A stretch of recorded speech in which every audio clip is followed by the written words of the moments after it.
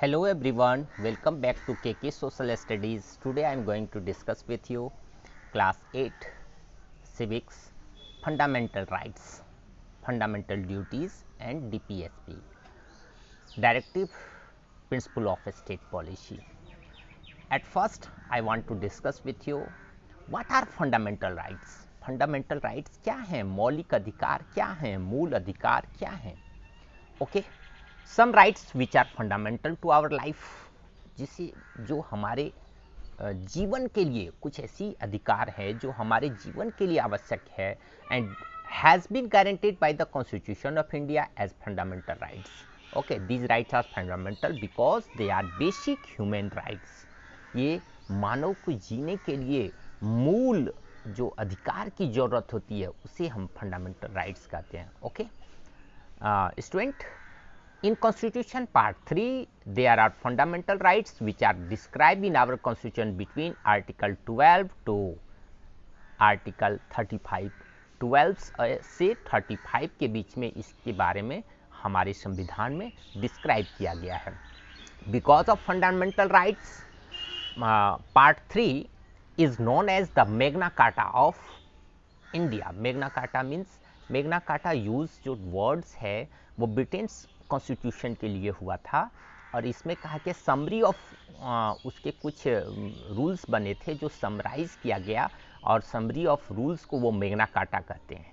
Okay, तो मेग्ना carta जो है फंडामेंटल राइट्स पार्ट 3 को कहा जाता है. ओके, थोड़ी सी इसकी हिस्ट्री हम अगर देखें कि फंडामेंटल राइट्स के बारे में, तो 1931 में Indian National Congress session was held at Karachi under the presidency of Sardar Vallabh Bhai Patel, लोह पुरुष, Sardar iron man of India. Okay, and first home ministers of India. Okay, and that session resolution was pass and every prominent leader was accepted. Citizens should be get freedom of speech, equality to law, expression, and making association is irrespective of caste, creed, gender and religion. सभी लोगों को उसी session में ये सर्वसम्मति से पास किया गया कि जो है लोगों को जब हम आज़ाद होंगे तो लोगों को हम लोग फ्रीडम ऑफ स्पीच देंगे, लॉ के समान कानून के नज़र में सब बराबर होगा, एसोसिएशन बनाने की आज़ादी देंगे, अपने अनुभव को शेयर करने की आज़ादी देंगे.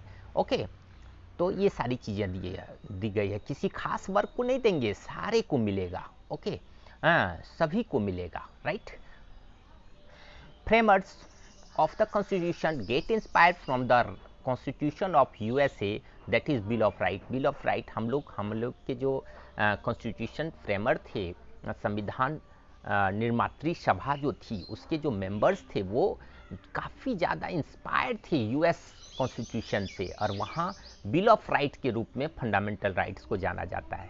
कहीं कहीं पर जैसे फ्रांस में बेसिक राइट्स के बारे में जाना जाता है. ओके, तो वहाँ से इंस्पायर्ड होकर के ये लोग फंडामेंटल राइट्स दिए.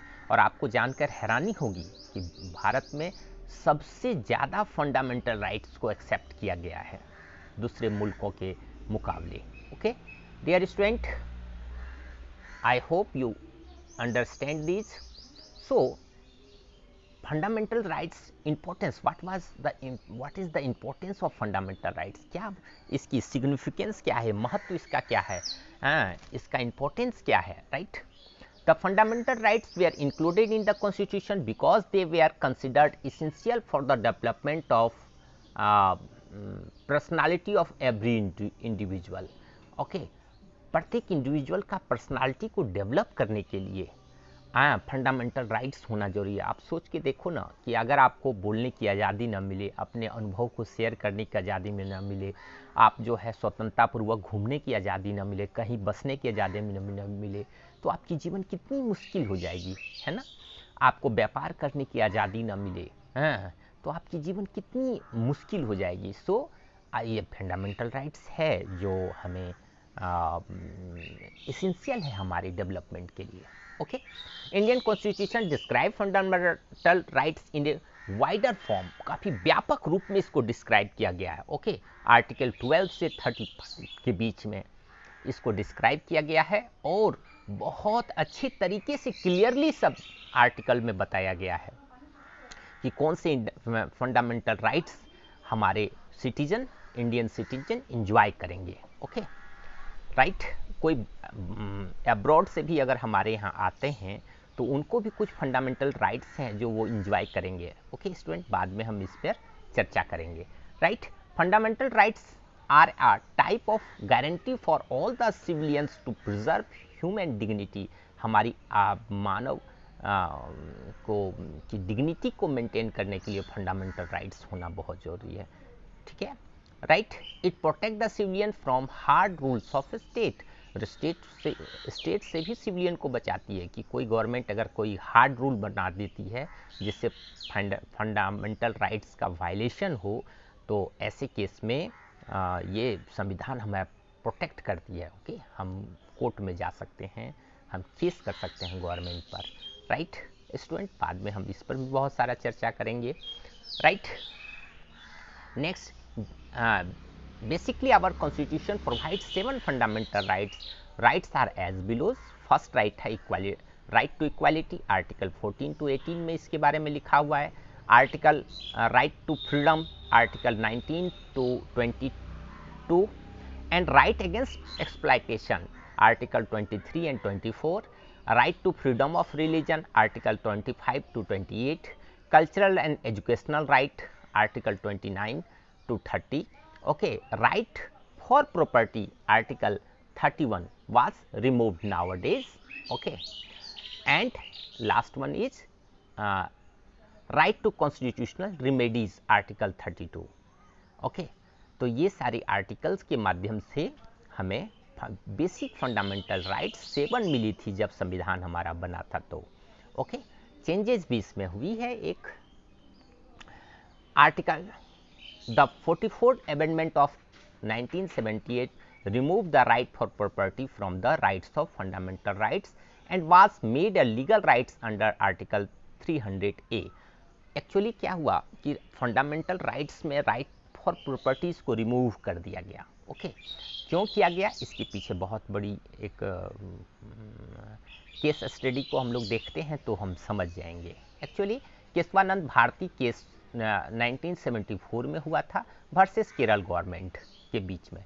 एक केशवानंद भारती जो थे एक गुरु टाइप के थे, जो मठ उठ जैसे गुरु लोग मठ बनाते हैं, संस्था बनाते हैं, उसमें रहते हैं ना, इस टाइप केशवानंद भारती भी एक गुरु थे जो उस मठ के रूप में केरल में रहते थे और रिलीजियस कुछ प्रीच करते थे पीपुल्स को। हुआ क्या कि वहाँ एक प्रोजेक्ट वर्क चल रही थी, तो उस प्रोजेक्ट वर्क में उनकी ज़मीनें जा रही थी, केरला गवर्नमेंट अंडरटेकन कर रही थी उनकी कुछ ज़मीन को, तो उन्होंने केस फाइल कर दिया केरल हाई कोर्ट में। तो केरल हाई कोर्ट क्या किया कि उस ज़मीन को इन्होंने कहा कि राइट फॉर प्रॉपर्टी है हमारे पास, ये फंडामेंटल राइट्स हैं और आप हमारी प्रॉपर्टी को ज़बरदस्ती हमसे नहीं ले सकते हो। लेकिन बहुत डिबेट होने के बाद केरल गवर्नमेंट जो है उस प्रोजेक्ट का उपयोगिता बताया और केरल गवर्नमेंट के फेवर में वहाँ के जजेस ने डिसीजन दे दिया। तब जब फेवर में डिसीजन आ गई तो ये क्या किए, सुप्रीम कोर्ट में केस फाइल किया और यहाँ पर इन्होंने मुद्दा उठाया कि मेरी right for property is our fundamental rights, so how can a government abolish, how can violate our fundamental rights. जब ये बातें हुई तो अब बड़े व्यापक रूप से चर्चाएं स्टार्ट हो गई। लास्ट में जाकर के सुप्रीम कोर्ट की जो वर्डिक्ट आई, डिसीजन आया, उसमें supreme court had declared that parliament can amend fundamental rights. Parliament amend कर सकता है fundamental rights, but the basic theme of fundamental rights should not be destroyed. उसकी बेसिक थीम है उसको डिस्ट्रॉय नहीं किया जा सकता। ठीक है, तो ये सारी बातें हैं। अब क्या होती है कि राइट टू प्रॉपर्टी, अगर सरकार आपकी ज़मीनें लेती हैं तो सरकार आपको 3 गुना मुआवजा देती है। ठीक है, अब तो लोग सोचते हैं कि हमारी ज़मीन सरकार ले ले, क्योंकि सरकार उसका 3 गुना पैसा देती है। ओके, तो ऐसी बातें हुई थी। तो एक फंडामेंटल राइट्स चेंजेज हुआ था। फिर आपका मन में एक क्वेश्चन आएगा कि क्या सर सारे फंडामेंटल राइट्स को टाइम टू टाइम चेंज कर दिए जाएंगे क्या? नहीं, सारे फंडामेंटल राइट्स को चेंजेस नहीं किया जा सकता, क्योंकि अगर फंडामेंटल राइट्स का वायलेशन होता है तो आर्टिकल 32 तो हमें यह राइट देती है कि हम सुप्रीम कोर्ट और हाई कोर्ट मूव कर सकते हैं। Okay, violation of any fundamental rights, जब मैं आपको रीट्स पढ़ाऊंगा तो वहाँ समझा दूंगा। ओके, अच्छे से। Now the constitution of India provides 6 fundamental rights. इस तरह हमारे पास अब 6 फंडामेंटल राइट्स हैं, ठीक है। और list the fundamental assignment for you children, list the fundamental rights of Indian citizen. बराबर 8 के बोर्ड के एग्जामों में ये क्वेश्चंस आते रहते हैं। आपको लिस्ट फंडामेंटल राइट्स के लिस्ट को बताना है, 6 आप बता दो। Explain the significance of fundamental rights in our day to day life, क्या महत्व है, इंपॉर्टेंस ऑफ फंडामेंटल राइट्स को आपको बताना है। या why are the fundamental right necessary for a democratic country. Thank you for listening and watching me.